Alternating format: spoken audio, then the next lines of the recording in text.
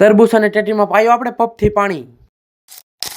આજ તો હવારમાં મસ્ત મજાના નાઈધોન થઈ જાય તૈયાર ને આવી જાય વાડીએ ને વાડીએ આપણે ખાસ વાળવા નતું સપટીમાં પાણી અને આપણી સપટીમાં હતું આ ત્રીજું પાણી. સપટીમાં પાણી વળે કે ન વળે એનો આપણને કઈ વાંધો નથી, પણ આપણે લેવા નતા તુંજના પાથરા આપણે એમને તો ઘરે નતા લીધા પણ લીધા નતા ભારો બાંધી અને મસ્ત મજાનો તુંજનો ભારો બાંધી તો એટલી વારમાં સપટી પીજે લીધી એટલે આવી ગયું ઝાડમાં પાણી. અને ઝાડની સાથે આપણે પાછી પાવા નથી બાજરી અને નીચેથી સીધું પાણી આવી ગયું ઝાડના કેરે અને સીધું ભાઈ ઝાડના કેરાની અંદર પાણી એન્ટર.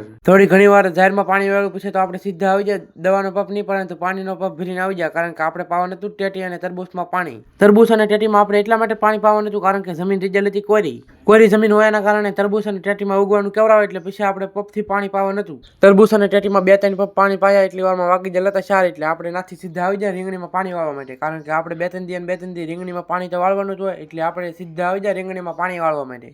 રીંગણીમાં પાણી વાળીને આવ્યા તો થઈ ગયેલું હતું અંધારું. બાકી તો આ વિડીયો અહીંયા પૂરો કરી દઈએ, મળીએ નેક્સ્ટ મિની વ્લોગમાં.